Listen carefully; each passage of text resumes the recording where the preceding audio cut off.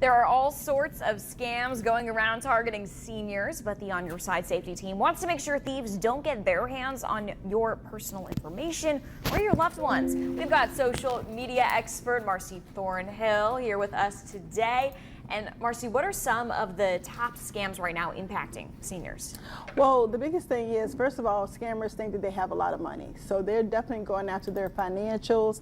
They're doing things like making these robocalls or have calls around their Social Security or your Medicare benefits. Anything like that that may startle a senior is the first attempt, but there's so many other scams. And I know a lot of times those scams just start with a simple phone call. What do you do in that situation? You know, what should people do to prevent this? What should you do? So what's happening is, so the scammers first are calling about the benefits, and they're scaring them to make them think that they're going to lose their benefits.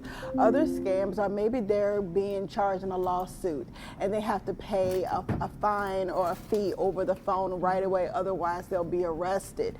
Then there are those scams where they're looking at the family, maybe the grandparent scam where the child will call crying and screaming in the phone, "Grandma, I need help, I need money." And so they're kind of working on their emotion and they're paying out money. So it's a lot of ways they're doing that to really take advantage of our seniors. And I know for me personally, I work really closely with my parents to prevent that. What do? Well, one is I am the point of contact. Smart. So whenever there's anything related to banking and an unauthorized charge, they will contact me. I monitor their email. And then I also work really closely with my parents to say, if you get these calls, contact me immediately. Do not give out any information. So there's a lot of dialogue that you want to have with your parents. And I was going to ask, you know, after what to do with phone calls, what about emails? I know we get a lot of those spam ones too. Is there something different that you can do for that?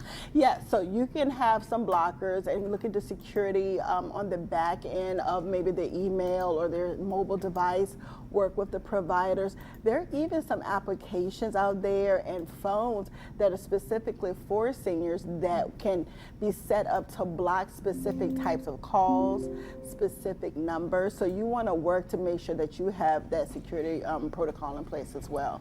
And then say you do get scammed, is there an agency, anyone, anything that you can reach out to? That's the difficult part, right? Once they've taken your money, now it's a mad dash.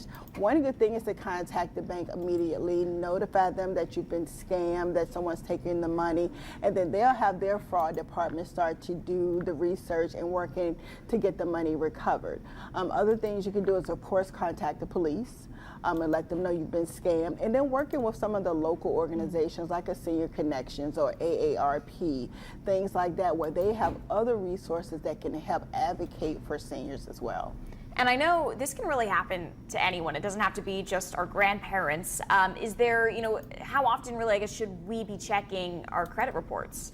I would say you should check your credit reports at a minimum quarterly. Some people like me, I may check mine monthly just because I do a lot, but I would say check your credit reports, check your emails, even check your spam, believe it or not. Even though it goes to the spam folder, there could be some activities taking place that may cause you to do a little more research, like where is this email coming from?